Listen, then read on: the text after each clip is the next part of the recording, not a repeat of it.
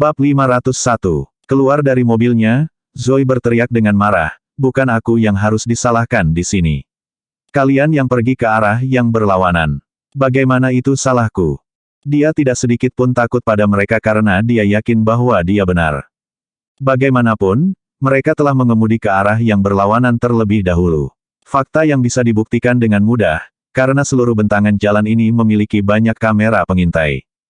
Bennett Chaney mencibir dan menjawab, saya berasal dari Daxia jadi saya tidak terbiasa dengan undang-undang lalu lintas di negara Anda.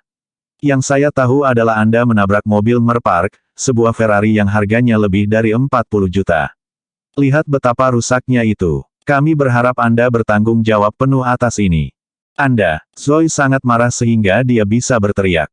Dia belum pernah bertemu orang yang tidak tahu malu seperti itu selama bertahun-tahun hidupnya. Anda berasal dari Daxia sehingga Anda tidak tahu undang-undang lalu lintas kami. Logika macam apa itu? Bagaimana kamu bisa berbicara sedemikian rupa kepada wanita cantik seperti itu? Sebuah suara yang kuat terdengar sebelum Harold muncul. Bennett bergerak ke samping dengan cepat, untuk memberi jalan yang jelas bagi bosnya menuju Zoe. Harold Park menyapukan tatapan mesum ke seluruh tubuh wanita itu, hasrat dan rasa posesif berkilauan di matanya. Aku sudah lama mendengar tentang bagaimana Northampton adalah kota yang dipenuhi dengan semua jenis wanita cantik. Sepertinya rumor itu benar. Kamu memang wanita cantik. Harold memuji sambil tersenyum.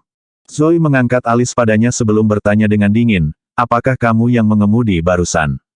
Iya, ada apa? Mengapa kamu tidak mematuhi peraturan lalu lintas?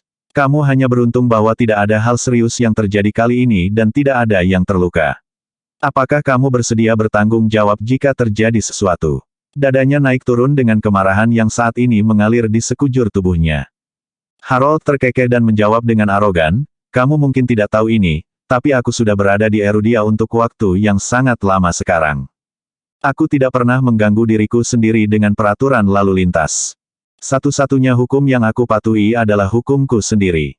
Jadi salah bagi saya untuk ingin pergi sedikit lebih cepat ketika itu sangat padat di jalan.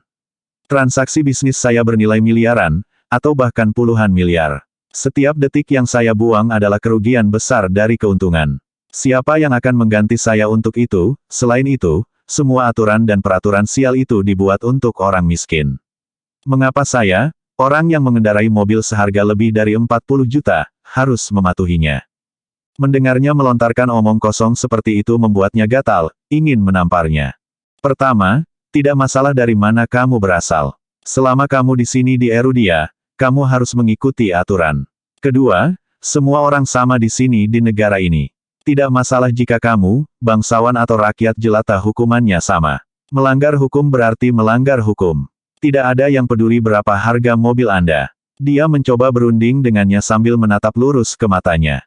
Kepribadiannya yang kuat juga mengejutkan Harold, karena dia segera merasakan intriknya tumbuh. Bersemangat dan cantik. Betapa langka. Mencibir, dia menjawab dengan nada angkuh, saya tidak peduli.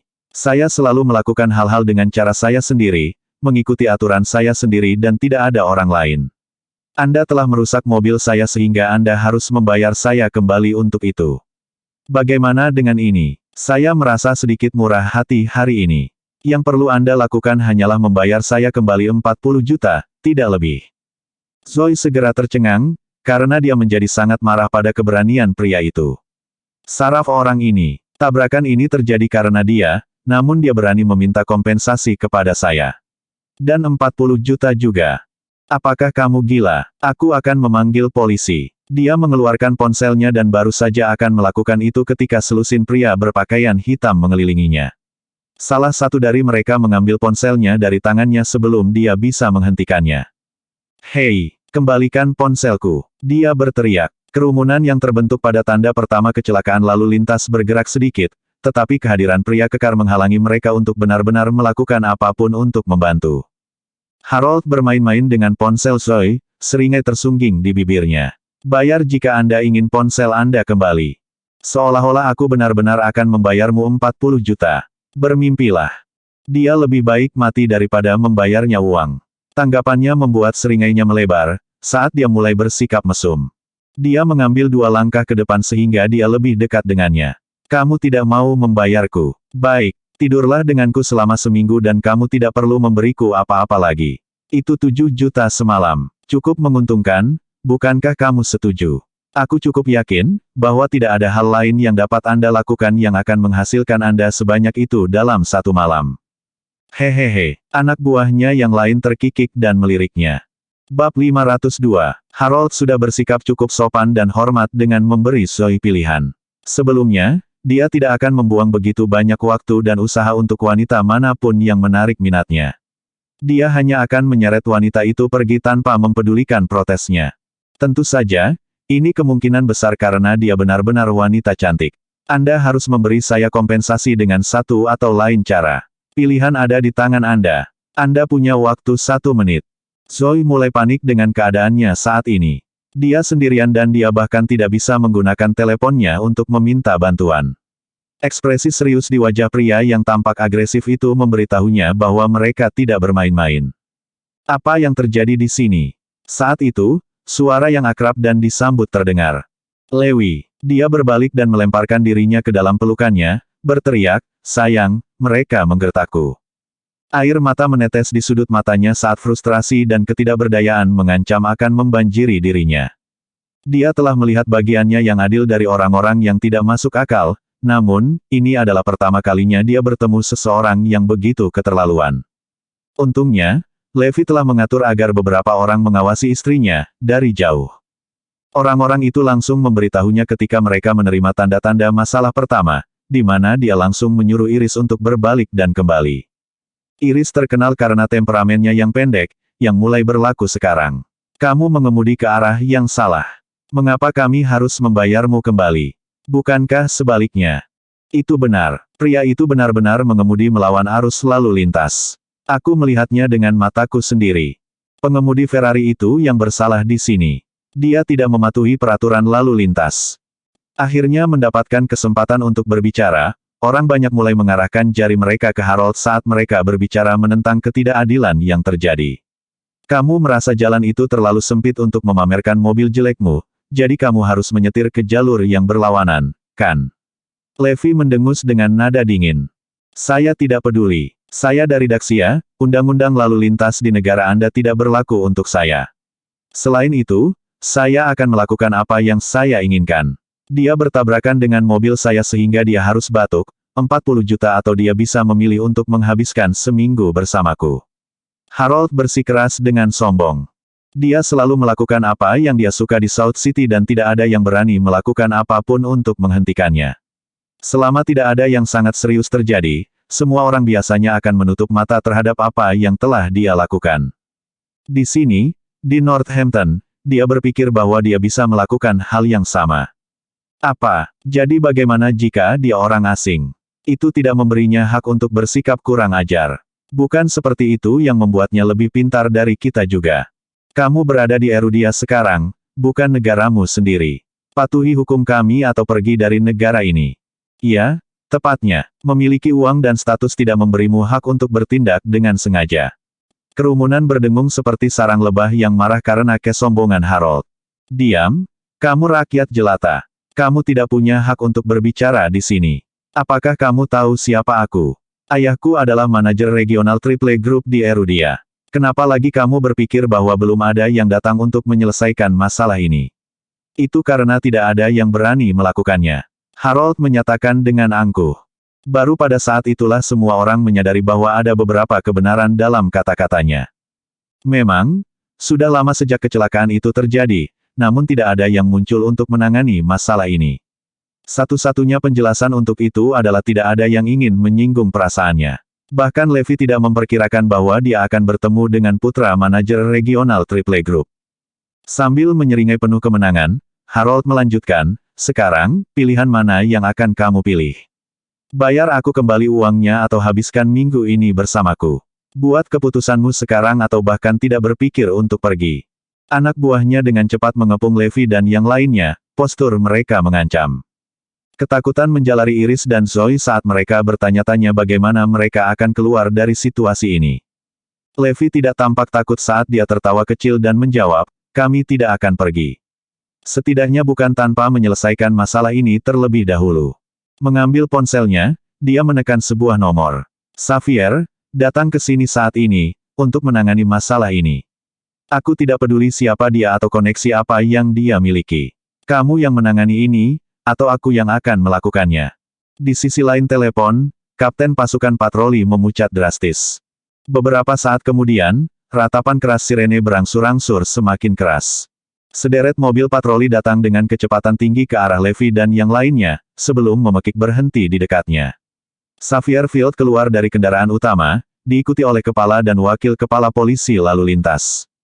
Bab 503. Pada titik ini, mereka sudah memeriksa rekaman pengawasan dan memiliki gambaran kasar tentang apa yang terjadi. Sekarang, yang mereka butuhkan hanyalah menginterogasi orang banyak untuk mengetahui laporan mereka tentang acara tersebut. Kedatangan Xavier seolah meredam semangat Harold dan anak buahnya. Meskipun begitu, mereka masih memiliki suasana arogan di sekitar mereka dan tidak terlalu menghormati polisi yang menanyai mereka. Menurut Harold, Triple Group adalah perusahaan yang sangat penting yang akan sangat membantu pengembangan Northampton di masa depan. Karena dia akan menjadi penerus suatu hari nanti, itu berarti dia bukan seseorang yang bisa mereka sentuh. Dalam waktu singkat, Xavier telah mencapai keputusannya. Setelah penyelidikan menyeluruh, saya dengan ini menyatakan Harold bersalah karena mengemudi dengan cara yang salah. Dia bertanggung jawab penuh atas biaya perbaikan kecelakaan itu, baik untuk dirinya sendiri maupun untuk Ms. Zoe Lopez.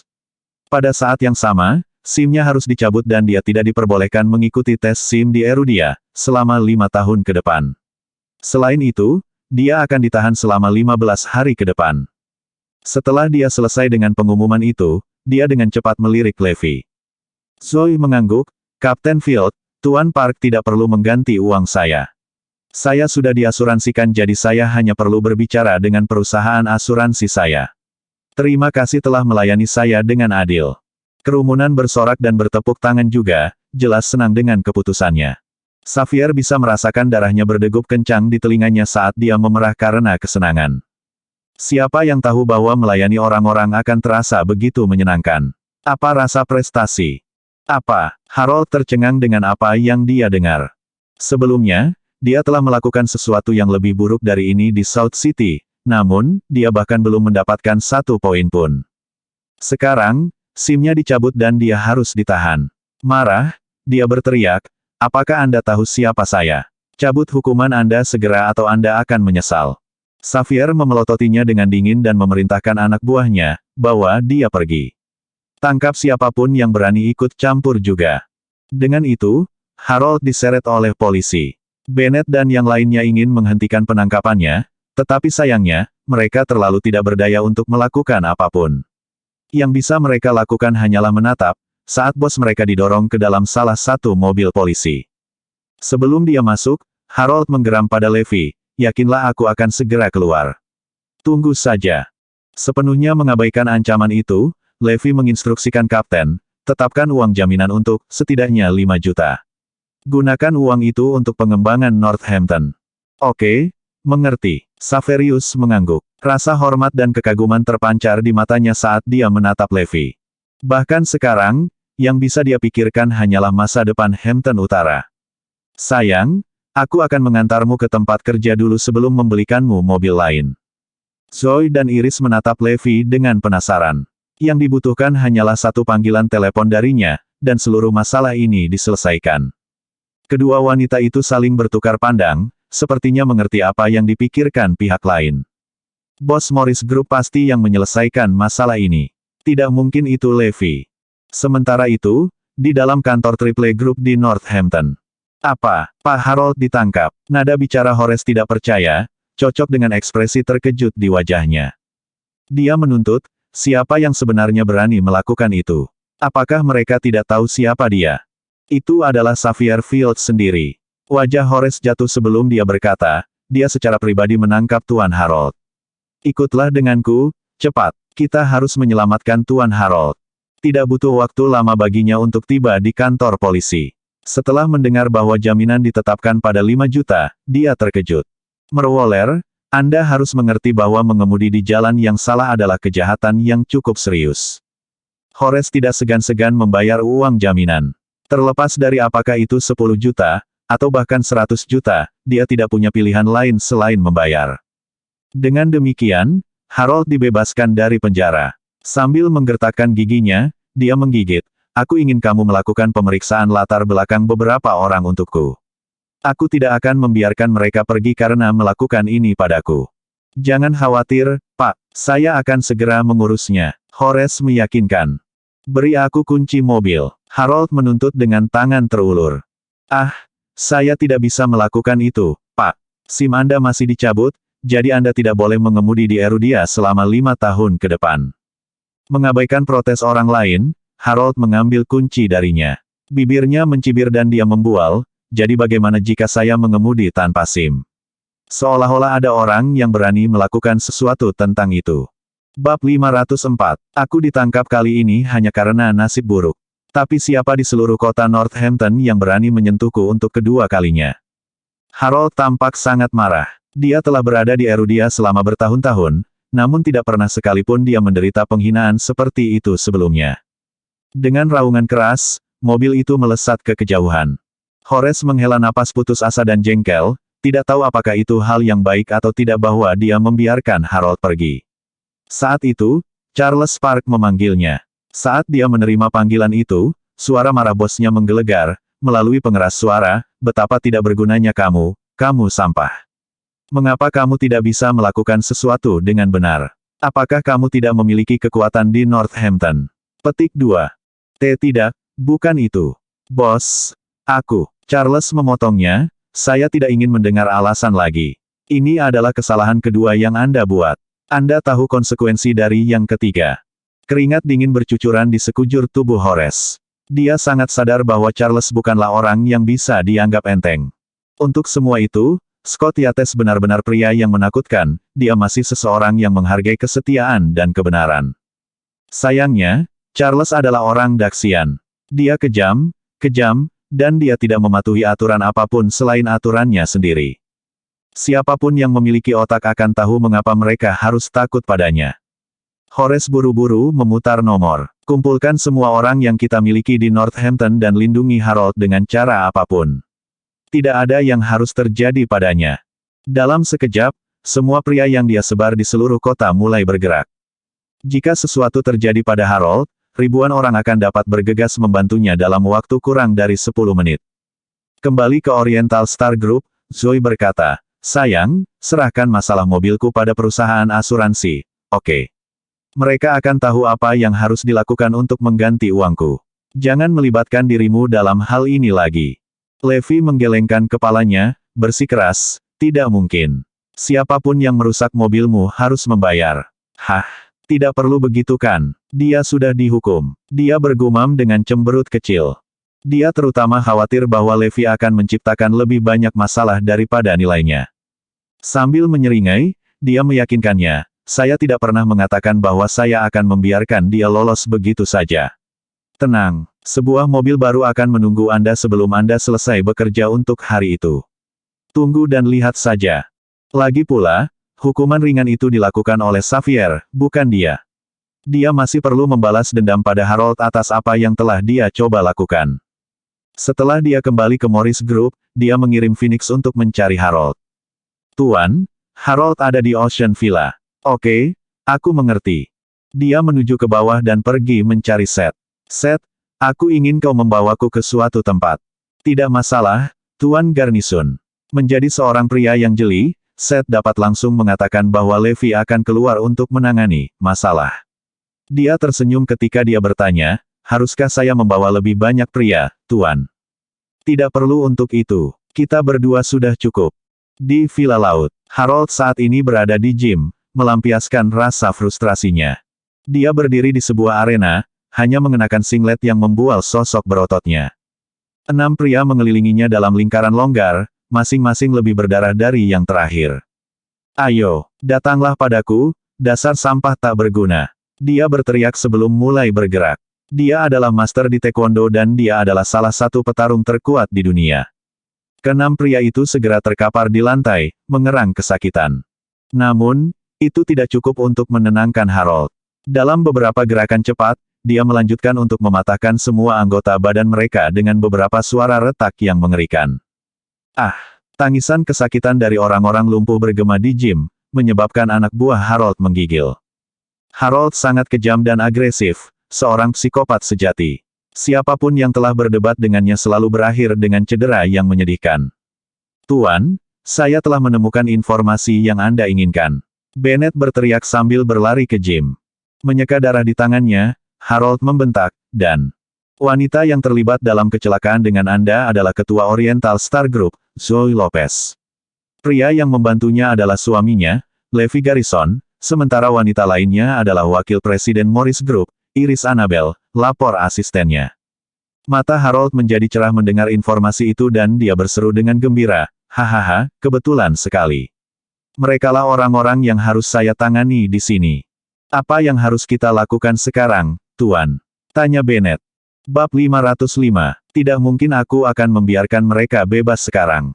Seringai jahat muncul di bibir Harold.